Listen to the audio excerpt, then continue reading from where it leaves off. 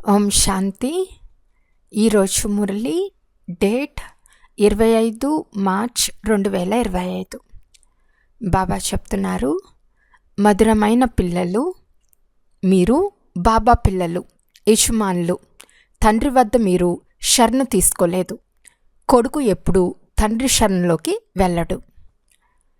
ప్రశ్న: మాయ విసిగించకుండా ఉండేందుకు ఏ మాటను సదా స్మృతి చేస్తూ ఉండాలి? జవాబు: మేము తండ్రి వద్దకు వచ్చాము. వారు మాకు తండ్రే కాక శిక్షకుడు, సద్గురువు కూడా అయ్యారు.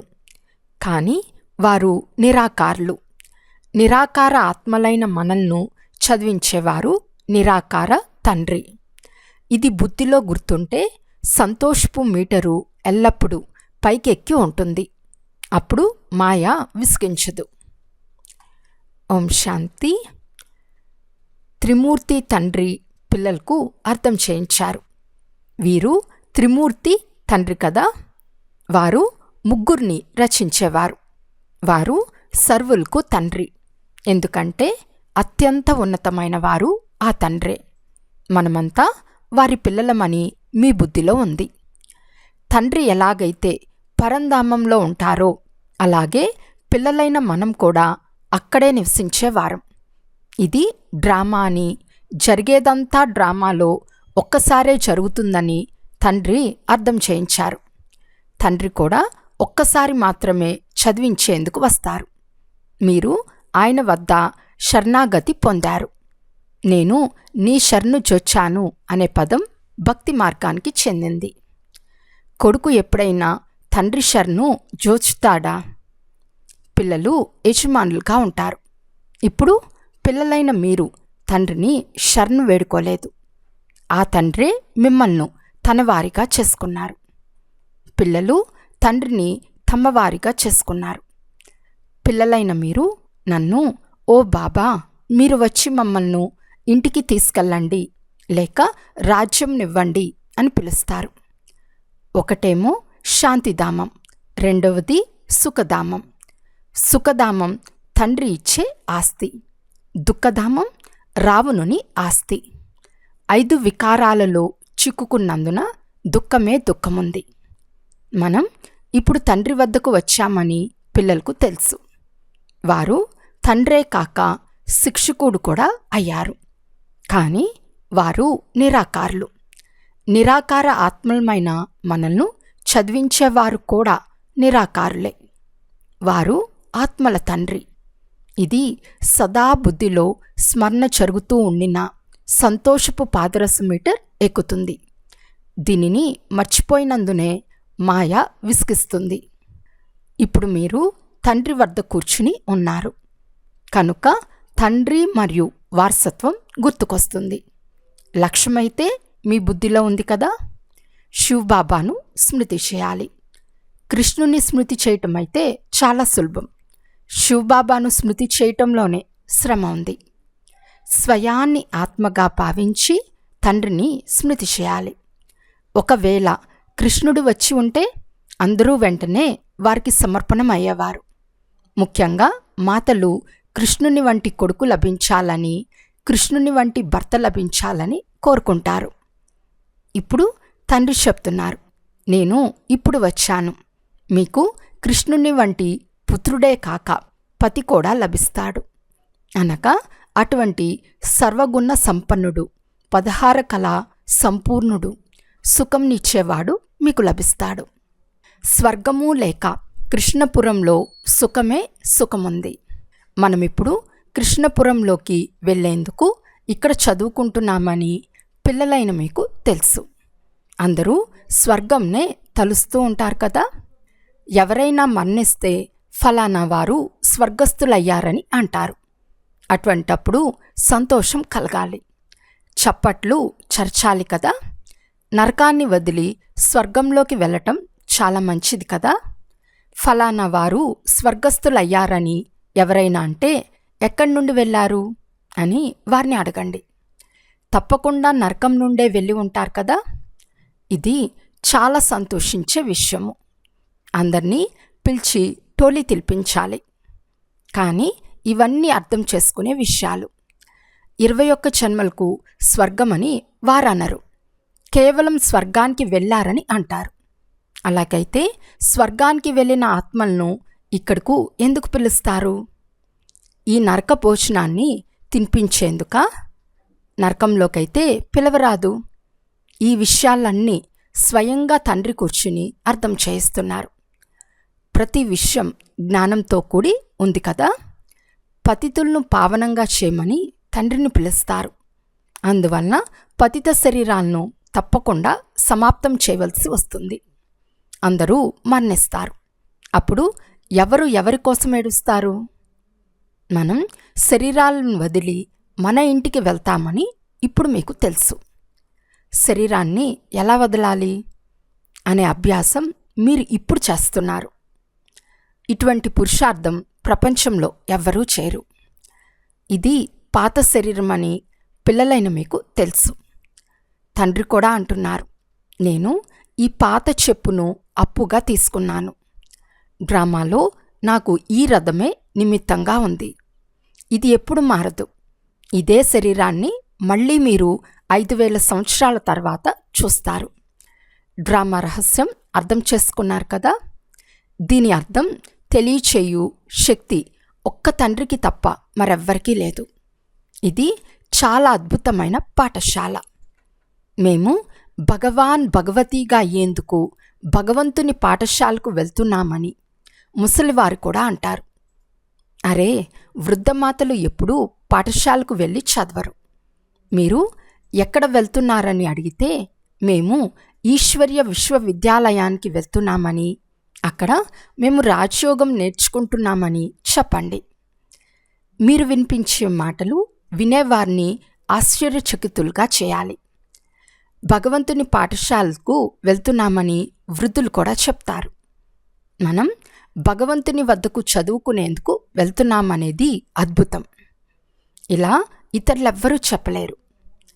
నిరాకార భగవంతుడు ఎక్కడి నుండి వచ్చారని అంటారు. ఎందుకంటే వారు భగవంతునికి నామరూపాలు లేవని భావిస్తారు. ఇప్పుడు మీరు దీనిని బాగా అర్థం చేసుకుని ఇతరులకు వినిపిస్తారు. మీకు ప్రతి విగ్రహం యొక్క చరిత్ర, కర్తవ్యం తెలుసు. అత్యంత ఉన్నతమైన వారు శివబాబా అని మీ బుద్ధిలో పక్కాగా ఉంది. వారికి మనమంతా సంతానం. ఆ తర్వాత సూక్ష్మవతన వాసులైన బ్రహ్మ, విష్ణు, శంకర్లు. మీరు కేవలం నామమాత్రానికి పేర్లు పలకటం లేదు. బ్రహ్మ ద్వారా స్థాపన ఎలా చేస్తారో మీకు పూర్తిగా తెలుసు. మీకు తప్ప వారి జీవిత చరిత్రలు ఇతరులెవ్వరూ తెలపలేరు. సొంత బయోగ్రఫీయే తెలియకుంటే ఇతరులది ఎలా తెలుస్తుంది? మీరు ఇప్పుడు అంతా తెలుసుకున్నారు. నాకు తెలిసిందంతా పిల్లలైన మీకిప్పుడు అర్థం చేయిస్తున్నానని తండ్రి చెప్తున్నారు. తండ్రి తప్ప ఇతరులెవ్వరూ రాజ్య పదవిని ఇవ్వలేరు. ఈ లక్ష్మీనారాయణులు యుద్ధం చేసి రాజ్య పదవిని పొందలేరు. అక్కడ యుద్ధాలే ఉండవు. ఇక్కడైతే ఎంతగానో కొట్లాడుకుంటూ జగడాలాడుకుంటూ ఉంటారు. లెక్కలేనంతమంది మనుషులున్నారు. ఇప్పుడు మీరు తండ్రి నుండి దాదా ద్వారా వారసత్వం పొందుతున్నామని పిల్లలైన మీ మనసులో ఉండాలి. తండ్రి చెప్తున్నారు, నన్నొక్కరినే స్మృతి చేయండి, అంతేకాని నేను ఎవరిలో ప్రవేశించానో అతన్ని కూడా స్మృతి చేయమని చెప్పను. నన్నొక్కరినే స్మృతి చేయమని చెప్తాను. ఆ సన్యాసులైతే వారి ఫోటోను పేరు సహితంగా రాసిస్తారు. శివబాబా ఫోటోను ఏం తెస్తారు? బిందువుపై పేరు ఎలా రాస్తారు? బిందువుపై శివబాబా పేరు రాస్తే బిందువు కంటే పేరు పెద్దదైపోతుంది. ఇవన్నీ అర్థం చేసుకునే విషయాలు కదా. మనల్ని శివబాబా స్వయంగా చదివిస్తున్నారని పిల్లలకు చాలా సంతోషం ఉండాలి. ఆత్మ చదువుకుంటుంది కదా. ఆత్మనే సంస్కారాన్ని తీసుకెళ్తుంది. ఇప్పుడు బాబా ఆత్మలో సంస్కారాలు నింపుతున్నారు. వారు తండ్రే కాక టీచర్, గురువు కూడా అయ్యారు. తండ్రి మీకు ఏం నేర్పిస్తున్నారో దానిని మీరు ఇతరులకు కూడా నేర్పించండి.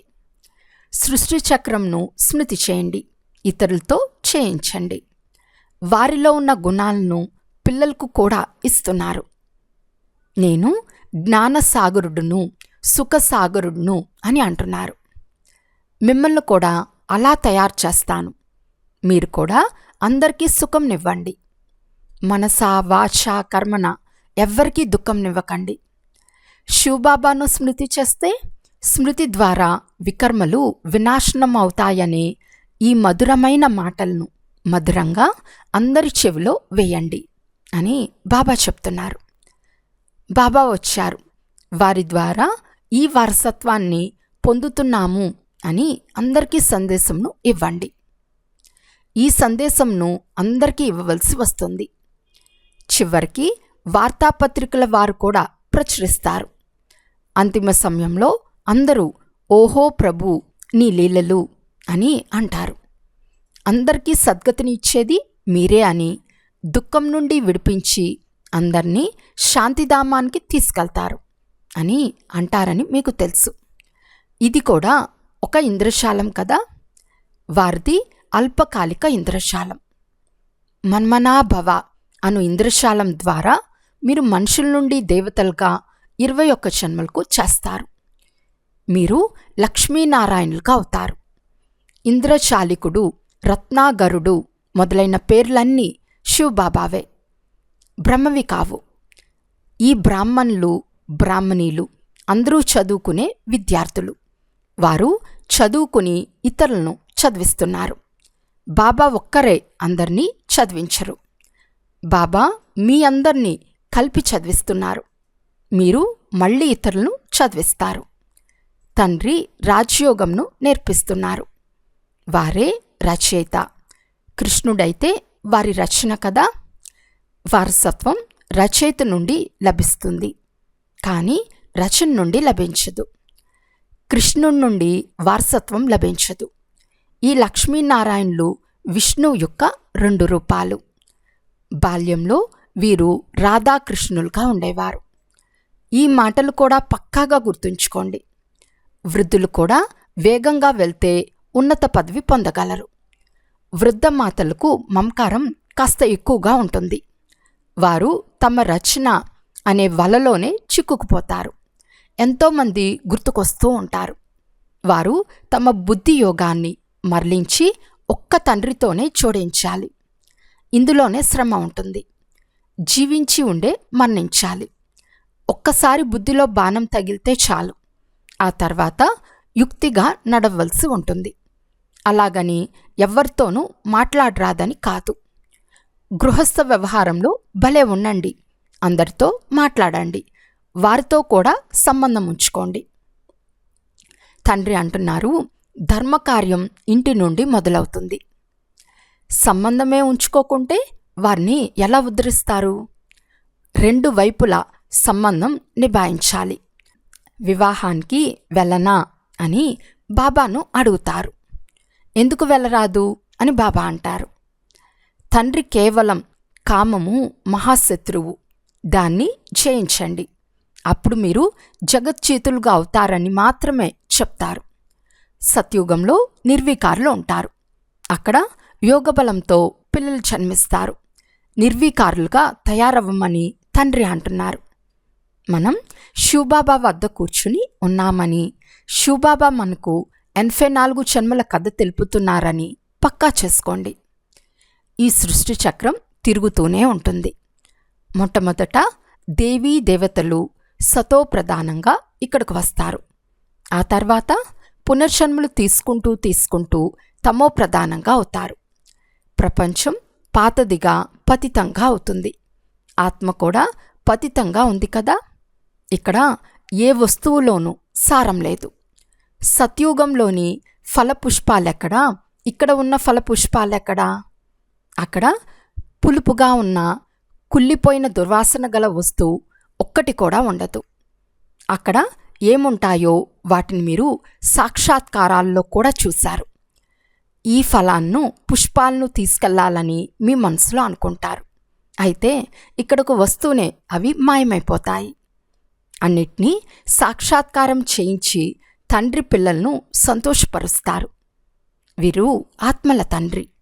వారే మిమ్మల్ని చదివిస్తున్నారు. ఈ శరీరం ద్వారా చదివేది ఆత్మ, శరీరం కాదు. నేను కూడా ఈ వారసత్వం తీసుకుంటున్నాను. స్వర్గానికి యజమానిగా అవుతున్నానని ఆత్మకు శుద్ధమైన అభిమానం ఉంటుంది.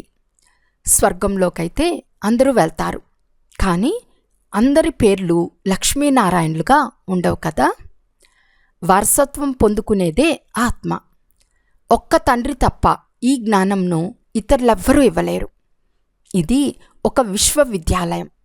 ఇందులో చిన్నపిల్లలు, యువకులు మొదలైన వారంతా చదువుకుంటారు. ఇటువంటి కాలేజీ ఎప్పుడైనా చూసారా? ఆ మనుషులు బ్యారిస్టర్, డాక్టర్ మొదలైన వారిగా అవుతారు. ఇక్కడ మీరు మనుషుల నుండి దేవతలుగా అవుతారు. బాబా మన టీచర్, సద్గురు. వారు మనల్ని తమ వెంట తీసుకెళ్తారని ఇప్పుడు మీకు తెలుసు. చదువును బట్టి మనం మళ్లీ సుఖధామంలో పదవిని పొందుతాము. మీ సత్యుగంను తండ్రి ఎప్పుడూ చూడను కూడా చూడరు. నేను సత్యుగాన్ని చూస్తానా అని శివబాబా అడుగుతారు. చూడాలంటే శరీరం ఉండాలి. వారికి తమ సొంత శరీరం లేనేలేదు. కావున ఎలా చూస్తారు? ఇక్కడ పిల్లలైన మీతో మాట్లాడతారు, చూస్తారు. కానీ ఇదంతా పాత ప్రపంచం. శరీరం లేకుండా దేన్ని చూడలేరు. నేను పతిత ప్రపంచంలో పతిత శరీరంలో వచ్చి మిమ్మల్ని పావనంగా చేస్తాను. నేను స్వర్గంను చూడను కూడా చూడను. ఎవరు శరీరంలోనైనా ప్రవేశించి గుప్తంగా చూసి వస్తానని కూడా అనుకోను. నాకు ఆ పాత్ర లేనేలేదు. మీరు ఎన్నో కొత్త కొత్త విషయాలు వింటారు. అందువలన ఇప్పుడు ఈ పాత ప్రపంచం పైకి మనసు పోరాదు. ఎంత పావనంగా అవుతారో అంత ఉన్నత పదవి లభిస్తుందని తండ్రి చెప్తున్నారు. అంత స్మృతి యాత్ర పైన ఆధారపడిన ఆట. యాత్రలకు వెళ్ళినప్పుడు కూడా మనుషులు పవిత్రంగా ఉంటారు. యాత్రల నుండి తిరిగి వచ్చిన తర్వాత మళ్ళీ అపవిత్రంగా అవుతారని పిల్లలైన మీకు తెలుసు. పిల్లలైన మీకు చాలా సంతోషం ఉండాలి. అనంతమైన తండ్రి నుండి మనం అనంతమైన స్వర్గ వారసత్వం తీసుకుంటున్నామని మీకు తెలుసు. కనుక వారి శ్రీమతంను అనుసరించాలి. తండ్రి స్మృతి ద్వారానే సతో ప్రధానంగా అవ్వాలి. 63 జన్మల మలినాలు ఏర్పడి ఉన్నాయి. వాటన్నిటినీ ఈ జన్మలోనే తీర్చుకోవాలి. ఇక ఏ ఇతర కష్టమూ లేదు. విషం త్రాగాలనే ఆకలి వదిలేయాలి. దాని గురించి సంకల్పం కూడా చేయకండి. ఈ వికారాల ద్వారానే మీరు జన్మ జన్మాంతరాలు దుఃఖితులుగా ఉన్నారని తండ్రి చెప్తున్నారు. కుమారీలపై చాలా చాలి కలుగుతుంది. సినిమాలు చూచినందున చాలా చెడిపోతారు. దీని ద్వారానే నరకంలోకి వెళ్తారు. బాబా సినిమాలు చూస్తే పర్వాలేదని కొందరికి చెప్తారు, కానీ మిమ్మల్ని చూసి ఇతరులు కూడా వెళ్తారు. అందువలన మీరు సినిమాలకు వెళ్ళరాదు. ఇతను భగీరథుడు, భాగ్యశాలి రథం కదా. డ్రామాలో తన రథంను అప్పుగా ఇచ్చేందుకు నిమిత్తమై ఉన్నాడు. బాబా ఇతనిలో వస్తారని మీకు తెలుసు. ఇదే హంసో, ఇదే హుస్సేన్ గుర్రం మిమ్మల్ని అందరినీ అందంగా తయారు చేస్తారు. తండ్రి స్వయం అత్యంత సుందరుడు, కానీ ఈ పాత రథంను తీసుకున్నారు. డ్రామాలో వీరి పాత్రనే అలా ఉంది. ఇప్పుడు అపవిత్రమైన ఆత్మలను స్వర్గయుగపు ఆత్మలుగా తయారు చేయాలి. తండ్రి సర్వశక్తివంతులా లేక డ్రామానా? డ్రామానే కదా. కానీ అందులో పాత్రను అభినయించే పాత్రధారుల్లో సర్వశక్తివంతులు ఎవరు? శివబాబా. ఆ తర్వాత రావణుడు. అర్ధకల్పం రామరాజ్యం, అర్ధకల్పం రావణరాజ్యం. బాబా మిమ్మల్ని గడియ గడియ మర్చిపోతున్నామని రాస్తారు. ఉదాసీనులుగా అవుతారు. అరే, మిమ్మల్ని స్వర్గానికి యజమానులుగా చేసేందుకు వచ్చాను. మీరు ఉదాసీనంగా ఎందుకు ఉంటారు? శ్రమ చేయాలి, పవిత్రంగా అవ్వాలి. ఇలాగే తిలకం ఎలా ఇచ్చేది? మీ అంతటుకు మీరు రాజ్య తిలకం దిద్దుకునేందుకు అర్హులుగా జ్ఞానయోగముల ద్వారా తయారు చేసుకోవాలి. తండ్రిని స్మృతి చేస్తూ ఉంటే మీ అంతటకు మీరే తిలకానికి అర్హులుగా అవుతారు. శివబాబా మన మధురమైన తండ్రి, టీచర్, సద్గురు అని మీ బుద్ధిలో ఉంది.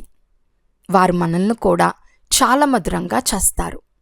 మనం తప్పకుండా కృష్ణపురంలోకి వెళ్తున్నామని మీకు తెలుసు. ప్రతి 5000 సంవత్సరాల తర్వాత భారతదేశం తప్పకుండా స్వర్గంగా అవుతుంది. తర్వాత మళ్ళీ నరకంగా అవుతుంది. ధనవంతులైన వారికి ఇక్కడే స్వర్గం ఉందని, పేదలకు నరకమని మనుషులు భావిస్తారు. కానీ అలా కాదు. నిజానికి ఇదే నరకం.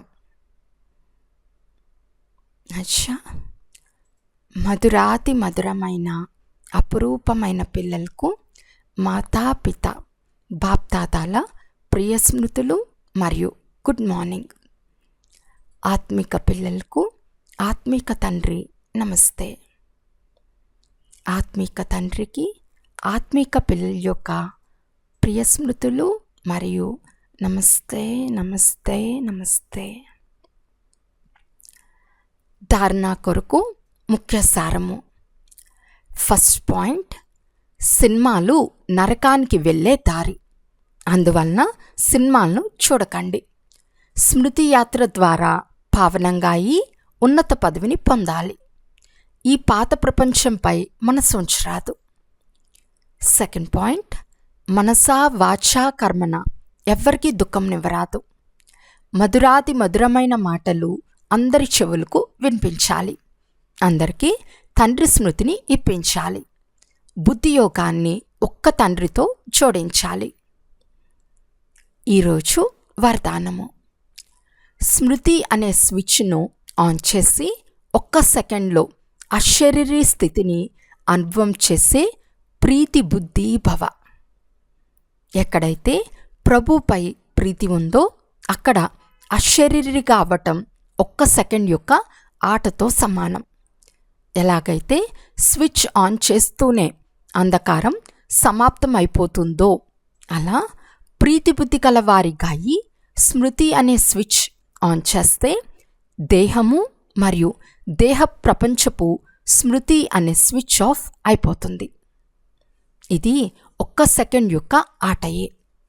నోటి ద్వారా బాబా అని అనటంలో కూడా సమయం పడుతుంది, కానీ స్మృతిలోకి తీసుకువచ్చేందుకు సమయం పట్టదు.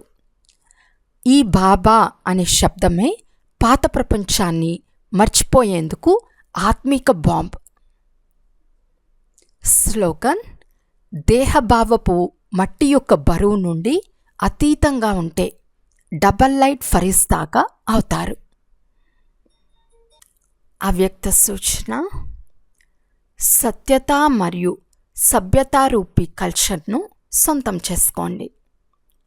సత్యతకు పరిశీలన, సంకల్పము, మాట, కర్మ, సంబంధ సంపర్కము అన్నిట్లో దివ్యత అనుభూతి అవ్వటం. కొంతమంది నేను సదా సత్యమే చెప్తాను అని అంటారు, కానీ మాటల్లో మరియు కర్మల్లో దివ్యత లేకుంటే ఇతరులకు మీ సత్యం సత్యమని అనిపించదు. అందువలన సత్యత యొక్క శక్తి ద్వారా దివ్యతను ధారణ చేయండి. ఏం సహించవలసి వచ్చినా భయపడకండి. సత్యము సమయానుసారం స్వయం నిరూపించబడుతుంది. అచ్చా, ఓం శాంతి.